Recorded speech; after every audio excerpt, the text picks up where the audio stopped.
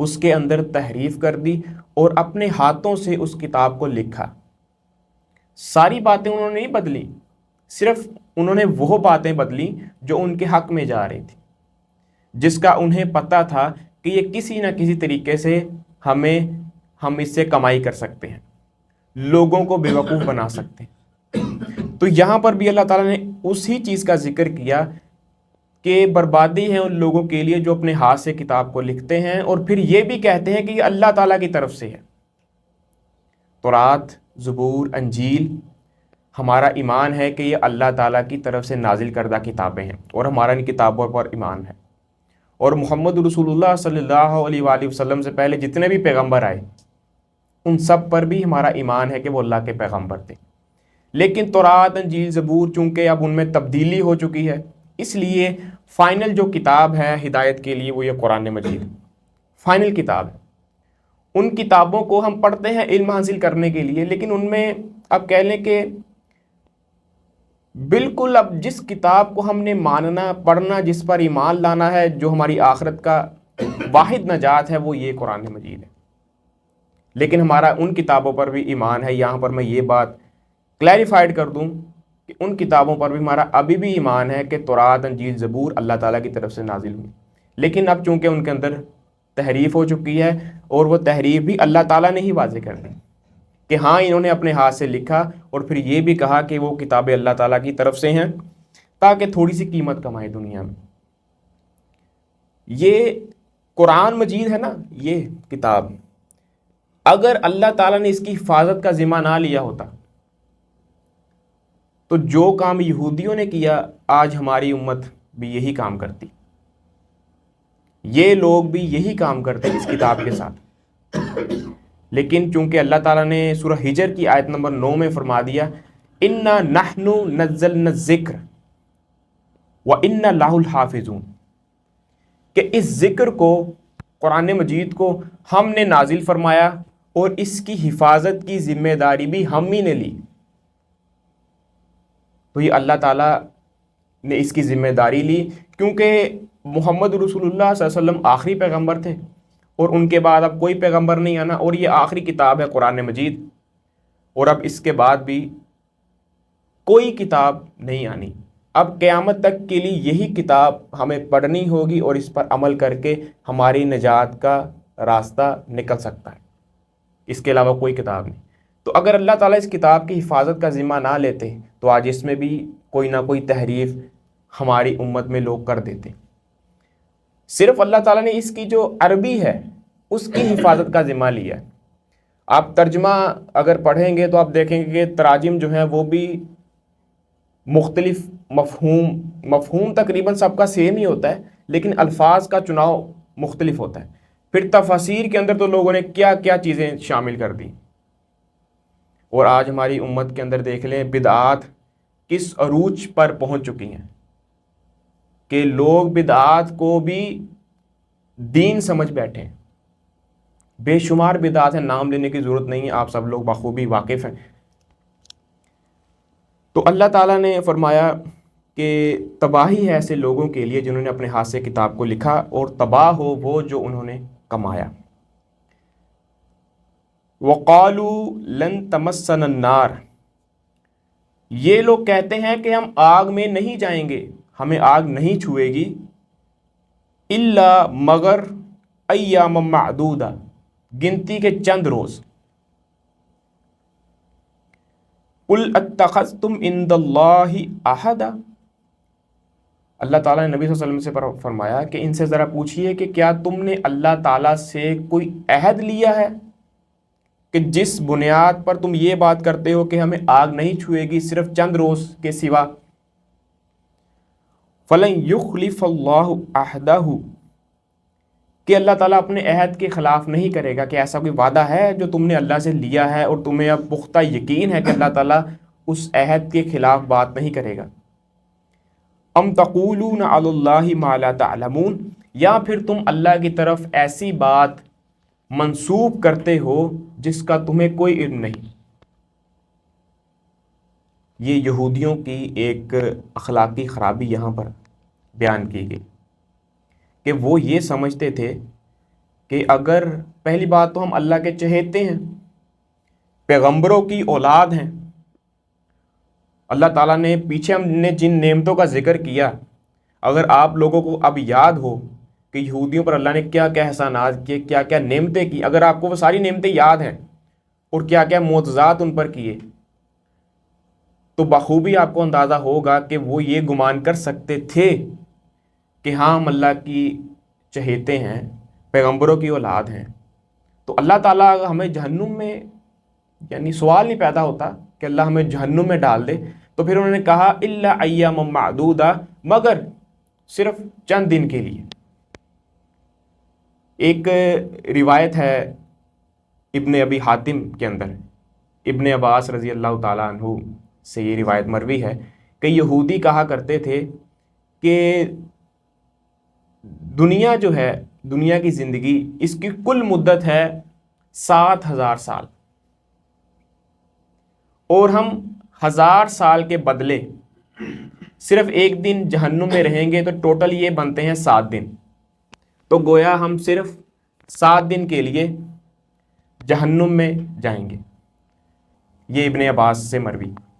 پھر ایک اور عبد الرزاق کے اندر روایت ہے کہ یہودی یہ بھی کہا کرتے تھے کہ ہم صرف اتنے دنوں کے لیے جہنم میں جائیں گے جتنے دن ہمارے آباء و اجداد نے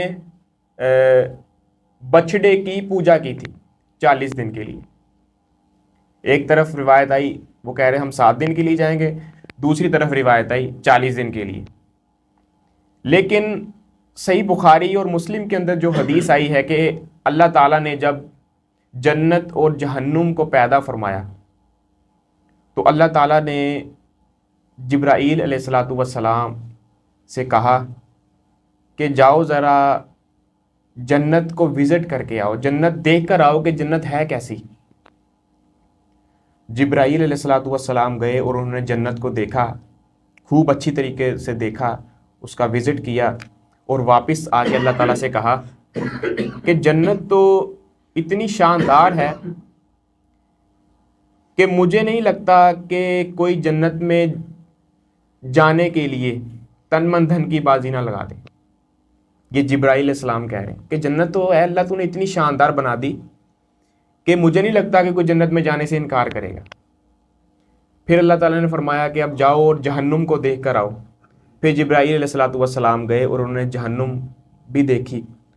تو وہ دوبارہ جب آئے خوف کی کیفیت میں تو انہوں نے فرمایا کہ اے اللہ جہنم تو اتنی خوفناک ہے کہ مجھے نہیں لگتا کہ کوئی جہنم میں جائے گا، کوئی ایسے کام کرے کہ وہ جہنم تک چلا جائے.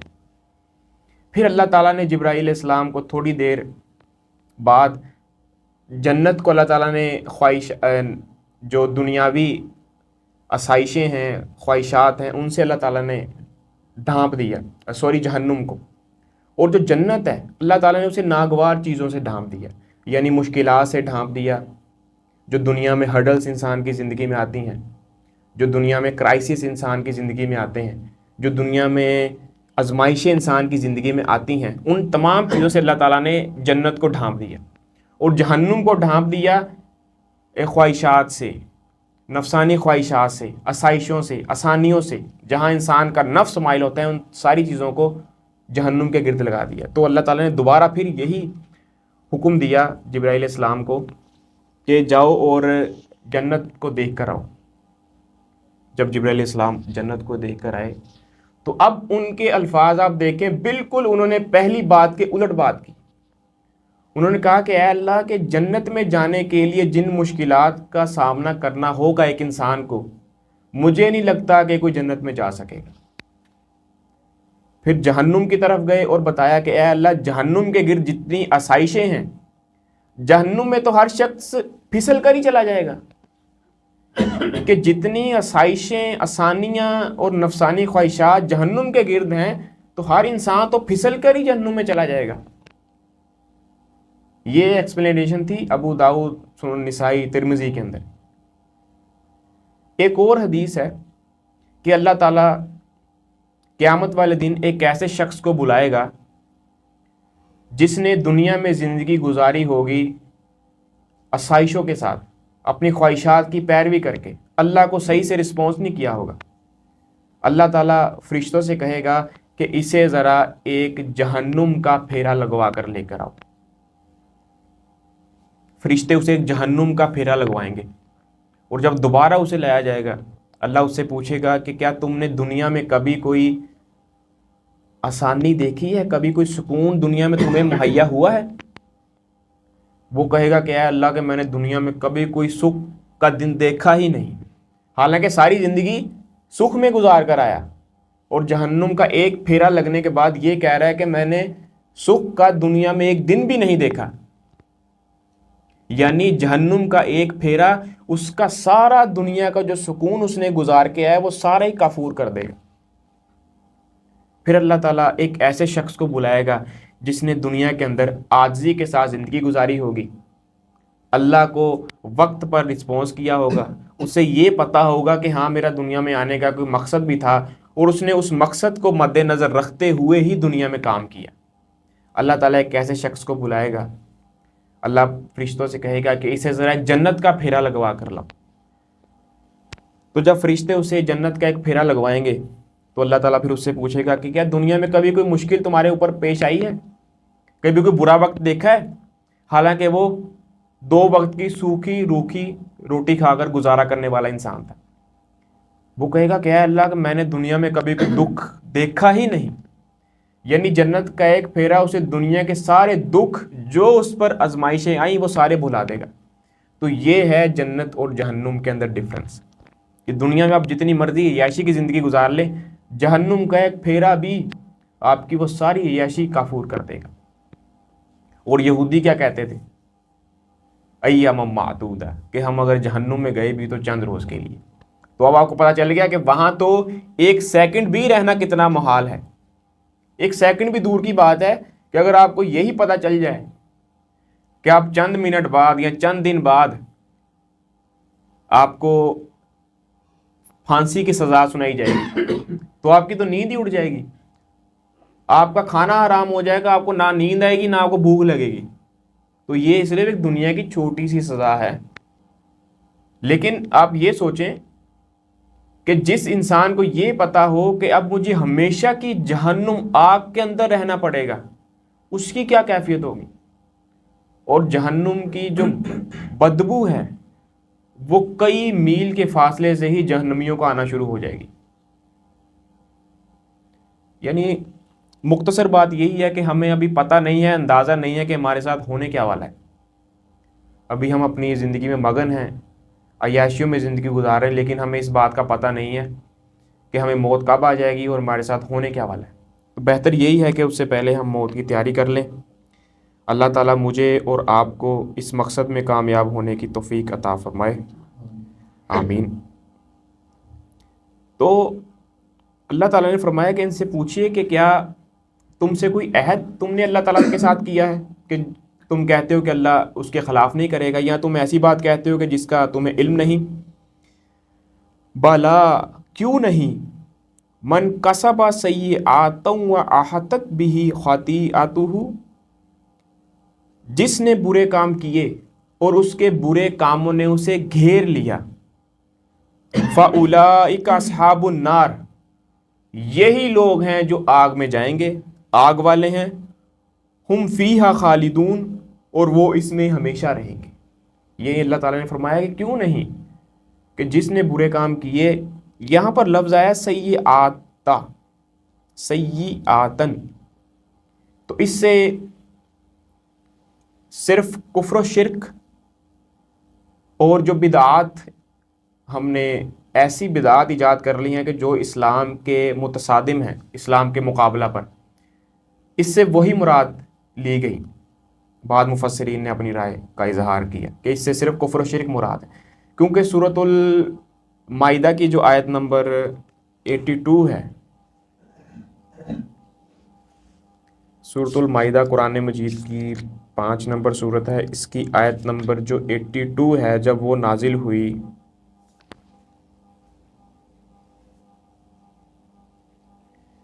کہ اللہ تعالیٰ فرماتے ہیں کہ جو لوگ ایمان لائے اور انہوں نے اپنے ایمان میں ظلم کو مخلوط نہیں کیا۔ تو جب یہ آیت نازل ہوئی تو صحابہ کرام میں یہ بحث شروع ہو گئی کہ ہم میں سے کون ایسا ہے جس نے اپنے ایمان کے اندر ظلم کو شامل نہیں کیا۔ تو نبی صلی اللہ علیہ وسلم نے فرمایا کہ ایسی بات نہیں ہے، بلکہ تم نے سورہ لقمان علیہ السلام کی نصیحتیں نہیں پڑھی؟ جو نصیحتیں انہوں نے اپنے بیٹوں کو کی تھی، اس میں انہوں نے کیا فرمایا تھا؟ یہ نبی صلی اللہ علیہ وسلم صحابہ کرام کو بتا رہے ہیں کہ انہوں نے اس میں کہا تھا سورہ لقمان کی آیت نمبر 13 میں، ان الشرک لظلم عظیم، کہ شرک جو ہے وہ عظیم ظلم ہے۔ تو جس نے شرک جیسی گندگی کے اندر اپنی زندگی بسر کر دی، کفر جیسی گندگی کے اندر اپنی زندگی بسر کر دی، اور آج جو ہمارے اندر بدعات شامل ہو چکی ہیں، بدعات سے مراد کوئی ایسی چیز کہ جو اسلام کے اندر پہلے تو شامل نہیں تھی لیکن اب لوگوں نے شامل کر لی، اور اب لوگ اسے اسلام کی بنیاد سمجھتے ہیں اور لوگ ان پر عمل پیرا ہیں، اور بدعات کے اوپر ہی پورا اسلام کا سسٹم اب چل رہا ہے نا اہل لوگوں کے نزدیک۔ اور جو اہل علم ہیں وہ تو قرآن کو پڑھتے ہیں اور احادیث کے اوپر ہی عمل کرتے ہیں۔ اہل علم کے اندر بھی اللہ ماشاءاللہ بہت کم لوگ ایسے ہیں جو خالصتاً قرآن اور حدیث پر عمل کرتے ہیں، ورنہ بہت لوگ صرف سنی سنائی باتوں کے اوپر ہی عمل پیرا ہیں۔ تو یہاں پر بھی اللہ تعالیٰ نے یہی فرمایا کہ جس نے برے کام کیے اور اس کے برے کاموں سے گھیر لیا تو وہ جہنمی ہیں اور اس میں ہمیشہ رہیں گے۔ والذین آمنوا، اور جو لوگ ایمان لائے، وہ عاملوا الصالحات، اور پھر نیک عمل کیے، اولئک اصحاب الجنہ، وہ لوگ جنت میں جائیں گے، جنتی ہیں، ہم فیہا خالدون، اور وہاں پر رہیں گے۔ یہ قرآن کا اسلوب ہے کہ جہاں پر اللہ تعالیٰ جہنمیوں کا ذکر کرتے ہیں وہاں پر فوراً ہی اللہ تعالیٰ جنتیوں کا ذکر بھی کر دیتے ہیں۔ اب یہ جو آیت ہے یہ بہت زبردست آیت ہے، اس میں اللہ تعالیٰ نے چند چیزوں کا ذکر کیا۔ وَإِذْ أَخَذْنَا مِيثَاقَ بَنِي إِسْرَائِيلَ، اور جب ہم نے بنی اسرائیل سے پختہ عہد لیا، وہ عہد کیا تھا؟ وہ عہد یہ تھا لا تعبدون الا اللہ، کہ اللہ کے علاوہ کسی کی عبادت نہیں کرو گے۔ بہت سینسٹیو ٹاپک ہے شرک کا، پیچھے بھی ہم نے ذکر کیا کہ شرک عظیم ظلم ہے، اور سورہ نساء کے اندر 2 دفعہ آیا، ایک دفعہ آیت نمبر 48 میں، ایک دفعہ آیت نمبر 116 میں، کہ جو اللہ کے ساتھ شرک کرے گا اللہ اس گناہ کو کبھی معاف نہیں کرے گا۔ ان اللہ لا یغفر ان یشرک بہ ویغفر ما دون ذلک لمن یشاء ومن یشرک باللہ فقد ضل ضلالا بعیدا، کہ اللہ تعالیٰ اس گناہ کو کبھی معاف نہیں کرے گا کہ اس کے ساتھ کسی کو شریک کیا جائے، اس کے علاوہ جون سا گناہ چاہے گا اللہ معاف کر دے گا، یعنی صرف شرک کو معاف نہیں کرے گا۔ اور ایک حدیث کے اندر آتا ہے کہ تم زمین سے لے کے آسمان تک، یہ جتنا بھی کھلا ہے، سارا کا سارا گناہوں سے بھر کر لے آؤ، اگر اس میں شرک نہ ہوا تو اللہ تعالیٰ معاف فرما دے گا۔ یعنی شرک ایک ایسا اللہ تعالیٰ کے ساتھ انسان کرتا ہے شریک کسی کو کہ اللہ تعالیٰ اس گناہ کو نہیں معاف کرے گا کبھی۔ اور یہ انسانیت کے اندر بھی آپ دیکھ لیں کہ جب مثال کے طور پر ایک چھوٹی سی مثال دیتا ہوں، اگر آپ کا بیٹا آپ کے سامنے کسی اور شخص کو ابو کہہ دے تو آپ کیا سوچیں گے، کیا فیلنگ آئے گی، کیا کریں گے آپ اپنے بچے کے ساتھ؟ ایک دفعہ تو آپ زور کی لگا دیں گے وہیں پر، پھر گھر آ کر جو آپ اس کی کلاس لگائیں گے وہ الگ ہوگی۔ صرف ایک چھوٹی سی بات ہے یہ کہ وہ آپ کے بیٹے نے آپ کے ساتھ دیکھیں کسی کو، کیسی غیرت والی بات ہے۔ تو شرک جو ہے یہ تو پھر اس میں الفاظ میں بیان ہی نہیں کر سکتا، اللہ تعالیٰ کو اس سے بھی کئی گنا زیادہ غضب اور غصہ آتا ہے جب کوئی انسان اللہ تعالیٰ کے ساتھ کسی کو شریک کرتا ہے، کہ جو اختیار ہے ہی اللہ کے پاس، اولاد دینا اللہ کا اختیار ہے، انسان کو مصیبت سے نکالنا اللہ کا اختیار ہے۔ یعنی ہمارے معاشرے میں لوگ کہتے ہیں کہ مصیبت میں ڈالتا اللہ ہے اور نکالتے ہمارے بزرگ ہیں۔ تو اللہ انسان کو مصیبت میں اس لیے ڈالتا ہے تاکہ انسان جو ہے وہ صحیح راستے پر آ جائے۔ اللہ انسان کو دکھ اس لیے دیتے ہیں تاکہ انسان جو ہے وہ اللہ کی طرف رجوع کرے اور دنیا میں اسے چھوٹی تکلیف مل جائے اور آخرت کی بڑی تکلیف سے بچ جائے، یا جو گناہ ہے وہ جڑ جائے، یا کوئی بڑا عذاب نہ آ جائے اس کے اوپر۔ سو پین از گڈ، اور لیکن تکلیف کی دعا انسان کو نہیں کرنی چاہیے۔ جو رحمت ہے اس پر شکر ہے، اور جو تکلیف ہے اس پر صبر ہے۔ اور اللہ تعالیٰ کیا کرتے؟ تکلیف پر صبر کرے اور جو اللہ کی رحمت ہے اس کا شکر ادا کرے۔ تو یہ جو تکلیف انسان پہ آئی ہوتی ہے یہ بھی اسی بنیاد پر آئی ہوتی ہے کہ ہاں اگر انسان غلط ٹریک پر ہے تو اللہ کی طرف رجوع کر لے۔ اور بہت سے انسان، بے شمار انسان دنیا میں ایسے ہیں جنہوں نے صرف تکلیفوں سے ہی سیکھ کر اللہ کی طرف مائل ہوئے، اللہ کو جانا، اللہ کو پہچانا۔ مثال کے طور پر آپ کسی ڈاکٹر کے پاس جاتے ہیں، آپ کہتے ہیں کہ ڈاکٹر صاحب مجھے ذرا چیک کرے، مجھے عجیب سی اپنی کیفیت لگ رہی ہے کہ جیسے میں پہلے تندرست تھا لیکن اب میں ویسا فیل نہیں کر رہا۔ تو ڈاکٹر صاحب چیک کرتے ہیں کہ بخار بھی نہیں ہے، بلڈ پریشر بھی نارمل ہے، شوگر کی بھی کوئی چانسز نہیں نظر آ رہے، سب کچھ اوکے ہے۔ تو پھر ڈاکٹر ریکمنڈ کر دیتا ہے، جو اچھے ڈاکٹر ہیں وہ ریکمنڈ کر دیتے ہیں کہ آپ اپنی ذرا نا ایک ٹیسٹ رپورٹ کروا لیں، کہ رپورٹ کے اندر آ جائے گا کہ آپ کو اگر کوئی مسئلہ ہے تو وہ رپورٹ کے اندر آ جائے گا۔ تو اگر آپ رپورٹ کروانے جائیں اور آپ کی رپورٹ جب باہر آئے تو آپ کی رپورٹ میں لکھا ہو کہ آپ کو کینسر ہے، اور ڈاکٹر آپ کو کہے کہ اب آپ کو کینسر ہے چونکہ، تو اب آپ کے پاس صرف چند دن ہیں، آپ اپنی تیاری کر لیں، اس کا کوئی علاج نہیں۔ تو آپ وہ رپورٹ لے کر آ گئے،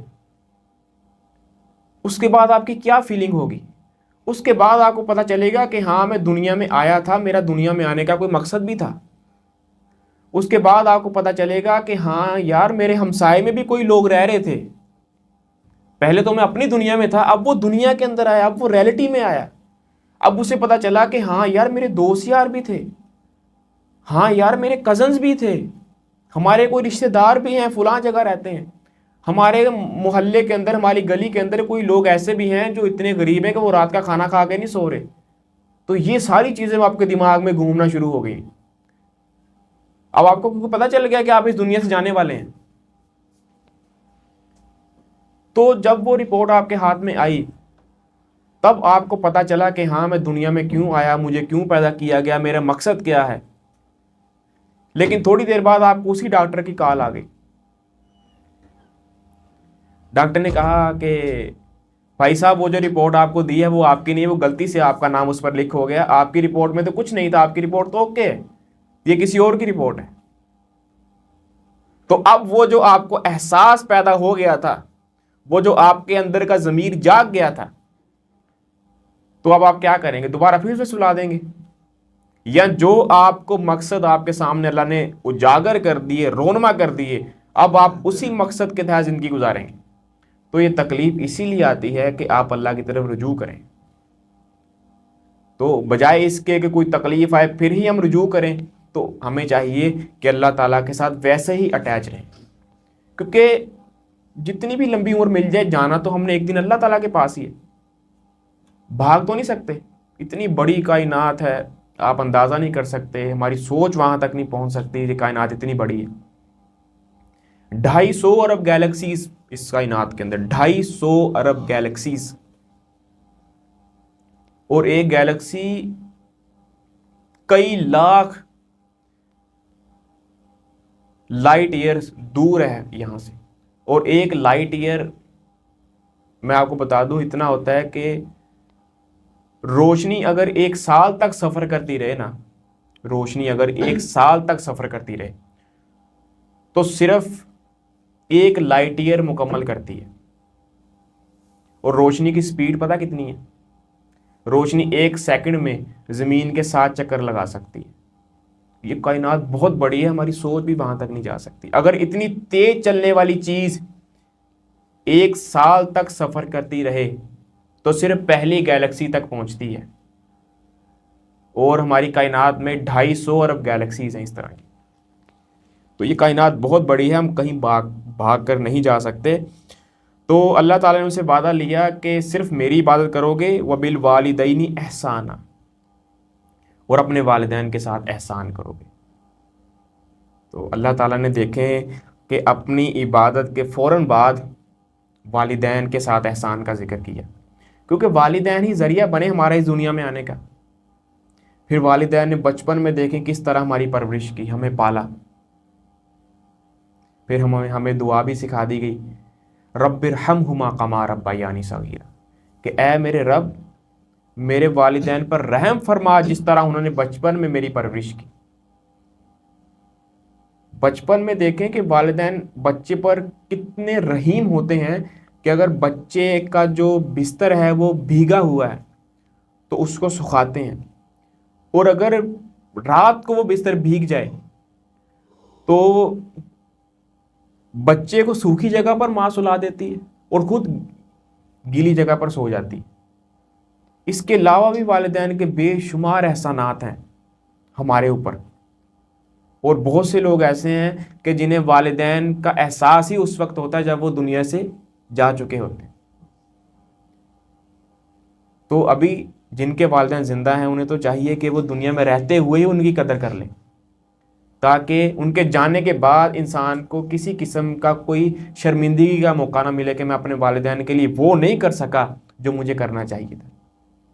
بعض لوگ اسی دنیا میں ایسے ہیں، وہ مسلم بھی ہیں اور بعض لوگ غیر مسلم بھی ہیں، جو والدین کے ساتھ بہت احسان کرتے ہیں، اس لیول تک کا احسان کر جاتے ہیں کہ وہ اپنی جیب سے بڑھ کر والدین کی خواہشات پورا کرنے کی کوشش کرتے ہیں۔ یعنی ان کی جیب میں 1000 روپے ہے لیکن والدین کے لیے وہ 2000 کی چیز پسند کرتے ہیں۔ اس قسم کے لوگ بھی ہیں۔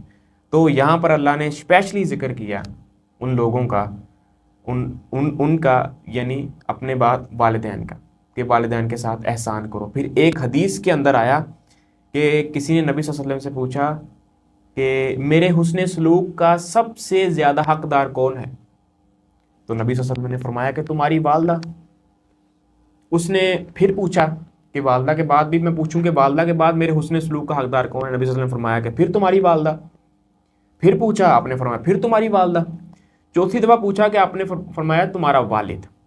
یعنی 100 میں سے 75% حسن سلوک کی حقدار ماں ہے اور 25% والد ہے۔ پھر ایک حدیث کے اندر آیا کہ نبی صلی اللہ علیہ وسلم سے پوچھا گیا کہ سب سے زیادہ یعنی اچھا عمل اللہ کے نزدیک کون سا ہے؟ تو نبی صلی اللہ علیہ وسلم نے فرمایا کہ وقت پر نماز پڑھنا۔ اس کے بعد فرمایا کہ والدین کے ساتھ نیکی کرنا، اچھا سلوک کرنا۔ اس کے بعد فرمایا گیا کہ اللہ کے راستے میں جہاد کرنا۔ پوائنٹ ٹو بی نوٹڈ کہ اللہ کے راستے میں جہاد والدین کے بعد ہے۔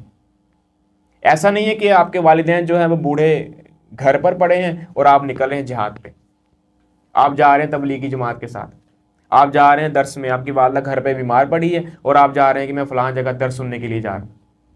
سب سے پہلے پرائیورٹی ہے جو دین اسلام نے دی ہے وہ والدین کو دی۔ والدین کی یہ اہمیت ہے۔ اس کے علاوہ بھی بے شمار روایات ہیں۔ تو والدین کے ساتھ احسان کرتے ہیں، وذی القربہ اور قرابت داروں کے ساتھ۔ یعنی نبی صلی اللہ علیہ وسلم نے فرمایا کہ اپنے رشتہ دار یا کسی یتیم کی پرورش کرنے والا اور میں جنت میں ایسے ہوں گے۔ یعنی یہ 2 انگلیوں کے درمیان جس طرح دیکھیں کوئی فاصلہ نہیں ہے، نبی صلی اللہ علیہ وسلم نے فرمایا کہ رشتہ دار اور یتیم کی پرورش کرنے والا، دیکھ بھال کرنے والا جنت میں اس طرح ہوگا میرے ساتھ جیسے یہ 2 انگلیاں، یعنی ان کے درمیان کوئی آڑ نہیں، بالکل نبی کے ساتھ۔ اور ایک صحابی نے جب نبی صلی اللہ علیہ وسلم نے اس سے پوچھا کہ تمہیں بتاؤ کہ کیا چاہیے، کیا تمہاری خواہش ہے، تو اس نے کہا کہ جنت میں آپ کا پڑوس۔ تو ہمیں صرف یہ چھوٹی سے کام کرنے پر اگر ہمارا کوئی رشتہ دار کوئی یتیم ہے تو ہمیں چاہیے کہ اس کے حسن سلوک کریں، اس کی دیکھ بھال کا خیال رکھیں۔ اگر ہم کوئی اچھی خوراک کھا رہے ہیں تو اس کے لیے بھی تھوڑا سالن بھیج دیں، اچھا لباس پہن رہے ہیں تو اس کے لیے بھی بھیج دیں۔ اس سے ہمارے پیسے کے اندر کمی نہیں آ جاتی، بلکہ صرف ہماری ذہنیت ہے جو بن جاتی ہے کہ ہاں اگر میں نے ایک سوٹ سلوا لیا، اگر اس کو دے دوں گا تو اس میں کمی آ جائے گی۔ ایسا نہیں ہوتا۔ اگر آپ ایک سوٹ پہنتے ہیں یا اچھی جوتی خریدتے ہیں اس سے آپ کے پیسے میں کمی نہیں آ رہی، تو اگر آپ کا رشتہ دار یتیم ہے، اگر اس پر آپ خرچ کریں گے تو اس میں بھی کمی نہیں آ جائے گی۔ ہاں ہو یہ جائے گا کہ آپ کو نبی صلی اللہ علیہ وسلم کے ساتھ یہ جو ہے اپرچونٹی یہ میسر ہو جائے گی قیامت والے دن۔ تو جیسے میں نے پہلے بتایا کہ احساس ہمیں قیامت والے دن ہی ہوگا کہ ہم نے کون کون سی ایسی اپرچونٹیز تھی جو گوا دی ہیں، اور وہاں سے پھر دوبارہ آنے کا موقع نہیں ملے گا۔ اور پھر جو ایک ایسا انسان جس نے دنیا میں اپنی مرضی کی زندگی گزاری، وہ کہے گا کہ اے اللہ مجھے دوبارہ دنیا میں بھیج، دوبارہ مجھے دنیا میں بھیج تاکہ میں اچھے کام کروں۔ اللہ تعالیٰ فرمائے گا اب نہیں۔ تو یہ ایک ایسا کمرہ امتحان ہے کہ یہاں سے اگر آپ ایک دفعہ چلے گئے تو دوبارہ آپ کو اس یہاں آنے کا موقع نہیں ملے گا۔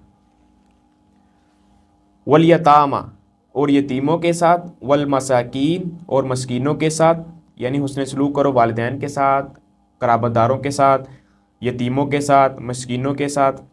یتیم کہتے ہیں اس شخص کو کہ جس کا والد جو ہے وہ بچپن میں ہی فوت ہو جائے، پھر وہ بچہ جو ہے وہ یتیم ہو جاتا ہے۔ پھر روایات کے اندر ملتا ہے کہ بچہ صرف بلوغت کی عمر تک ہی یتیم رہتا ہے، اس کے بعد وہ یتیم نہیں رہتا، یعنی وہ پھر خود کمائی کرنا شروع ہو جاتا ہے۔ تو بعض روایات میں یہ بھی ہے۔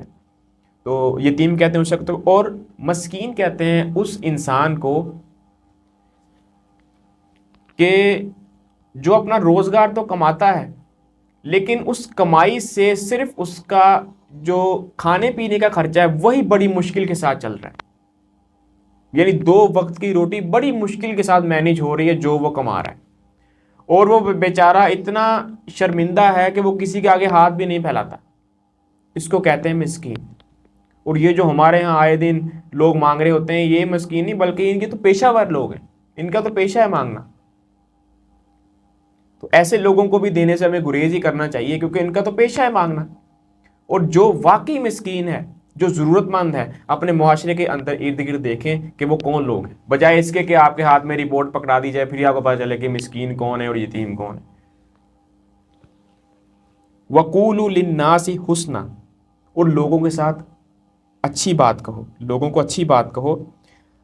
وَأَقِیمُوا الصَّلَاةَ، اور نماز قائم کرو۔ وَآتُوا الزَّکَاةَ، اور زکوٰۃ ادا کرو۔ ثُمَّ تَوَلَّیْتُمْ إِلَّا قَلِیلًا مِّنکُم، مگر تم میں تھوڑے ہی لوگ تھے جو اس پر قائم رہے۔ وَأَنْتُمْ مُعْرِضُونَ، اور تم اس سے مڑنے ہی والے تھے، یعنی تم ایسا نہیں کر سکتے تھے، یا تم اس سے پلٹنے ہی والے تھے۔ جو اللہ نے ان سے عہد لیا کہ والدین کے ساتھ حسن سلوک کرو، اور قریبی رشتہ داروں کے ساتھ، یتیموں کے ساتھ، مسکینوں کے ساتھ اچھی بات کہو، نماز قائم کرو، زکوٰۃ ادا کرو، پھر اللہ تعالیٰ نے کہا کہ تم میں تھوڑے ہی لوگ تھے جو اس عہد پر قائم رہے سوائے چند لوگوں کے۔ وَإِذْ أَخَذْنَا مِيثَاقَكُمْ، اور پھر ہم نے تم سے پکا وعدہ لیا، لا تسفکون دماءکم، کہ آپس میں خون ریزی نہیں کرو گے، ولا تخرجون انفسکم من دیارکم، اور نہ اپنے لوگوں کو گھروں سے نکالو گے، ثم اقررتم، پھر تم نے اقرار کیا، وانتم تشہدون، اور تم اس پر گواہ تھے اور تم شہادت دی۔ یعنی بنی اسرائیل کا دیکھیں کہ اللہ نے ان سے پھر پختہ عہد لیا کہ خون نہیں بہانا، اور جو اپنے لوگ ہیں انہیں گھروں سے بھی نہیں نکالنا، انہوں نے اقرار بھی کر لیا اور اس پر گواہ بھی رہے۔ پھر اب آگے دیکھیے، ثم انتم ہؤلاء تقتلون انفسکم، پھر ان لوگوں نے ایسا کیا کہ آپس میں ایک دوسرے کو قتل بھی کیا، خون ریزی بھی کی۔ وتخرجون فریقا منکم من دیارکم، اور اپنے لوگوں کو گھروں سے بھی نکالا۔ تظاہرون علیہم بالاسم والعدوان، اور برائی اور ظلم میں ایک دوسرے کا ساتھ بھی دیا۔ وَإِن يَأْتُكُمْ أُسَارَىٰ تُفَادُوهُمْ وَهُوَ مُحَرَّمٌ عَلَيْكُمْ إِخْرَاجُهُمْ، جب انہیں حکم دیا گیا اس بات کا، اور جو ان لوگوں کے پاس یہ جو پہلی باتیں ہیں کہ قتل نہ کرنا، انہوں نے قتل بھی کیا اور لوگوں کو گھروں سے بھی نکالا، اور ظلم اور برائی کا جو کام تھا اس میں ایک دوسرے کے ساتھ بھی دیتے رہے جو یہودی لوگ تھے۔ پھر جب یتیم لوگ تمہارے پاس قید ہو کر آئیں تو تم انہیں فدیہ دے کر بھی چھڑا لیتے ہو، حالانکہ تم پر یہ پہلے حرام کیا گیا تھا۔ یہودیوں کی کتاب میں یہ ساری باتیں حرام تھیں کہ خون بھی نہیں بہانا، اللہ نے حکم دیا اپنے لوگوں کو گھروں سے بھی نہیں نکالنا، وہ انہوں نے خون بھی بہایا، اور جو یہودیوں کے اندر بیچارے غریب لوگ تھے، مسکین لوگ تھے جن کے پاس پاور نہیں تھی، ان لوگوں کو گھروں سے بھی نکال دیا، ان کی جائیدادوں پر قبضہ کر لیا۔ اور جب وہ لوگ بیچارے لوارث ہو گئے، غلام بن کے ان کے پاس دوبارہ آئے، قیدی بن گئے، تو انہوں نے پھر کیا کیا؟ فدیہ دے کر انہیں چھڑا بھی لیا۔ اور جب فدیہ دے کر چھڑایا تو کیا کہا کہ ہمیں تو تورات میں یہی حکم دیا گیا تھا کہ ہم انہیں فدیہ دے کر چھڑا لیں۔ یعنی انہوں نے ایک حکم کو مان لیا، فدیہ دے کر چھڑا لیا، پھر اللہ تعالیٰ نے کہا کہ یہ تو تم پر پہلے ہی حرام کیا گیا تھا کہ تم ایسا کام کرو، انہیں گھروں سے نہ نکالتے تو آج تمہیں فدیہ بھی نہ دینا پڑتا۔ کچھ باتیں مان لی اور کچھ باتوں کا انکار کر دیا۔ پھر اللہ تعالیٰ فرماتے ہیں افاتؤمنون ببعض الکتاب، کیا تم کتاب کی کچھ باتیں مانتے ہو، وتکفرون ببعض، اور کچھ باتوں کا انکار کر دیتے ہو۔ ایک بات مان لی، دوسرے کا انکار کر دیا۔ تو یہ یہودیوں کی عام روش تھی۔ فما جزاء من يفعل ذلك منكم الا خزي في الحیات الدنیا، جو تم میں سے ایسا کام کرے گا اس کے لیے دنیا میں ذلت ہے، وَيَوْمَ الْقِيَامَةِ يُرَدُّونَ إِلَىٰ أَشَدِّ الْعَذَابِ، اور قیامت کے دن اسے شدید عذاب میں دھکیل دیا جائے گا۔ وَمَا اللَّهُ بِغَافِلٍ عَمَّا تَعْمَلُونَ، اور اللہ تعالیٰ غافل نہیں ہے جو کام تم کرتے ہو، تمہارے عملوں سے اللہ تعالیٰ غافل نہیں ہے۔ آخری آیت ہے ہماری، اولئک الذین اشتروا الحیاۃ الدنیا بالآخرہ، یہ وہ لوگ ہیں جنہوں نے دنیا کی زندگی خرید لی آخرت کے بدلے، دنیا کی زندگی کو ترجیح دی آخرت کے مقابلہ پر۔ فلا یخفف عنہم العذاب، ان سے کسی صورت بھی عذاب ہلکا نہیں کیا جائے گا۔ ولا ہم ینصرون، اور نہ کسی طریقے پر ان کی مدد کی جائے گی۔ اس میں ہمارے لیے بھی بہت بڑا میسیج ہے کہ ہم دنیا کی زندگی کو عارضی سمجھیں اور آخرت کی زندگی کے لیے یہاں سے کچھ کما کر لے کر جائیں۔ اللہ تعالیٰ سے دعا ہے کہ ہم نے جو بھی پڑھا اور سنا، اللہ تعالیٰ میرے سمیت سب کو اس پر عمل کرنے کی توفیق عطا فرمائے۔ وآخر دعوانا ان الحمد للہ رب العالمین، وما تقبل منا انک انت السمیع العلیم۔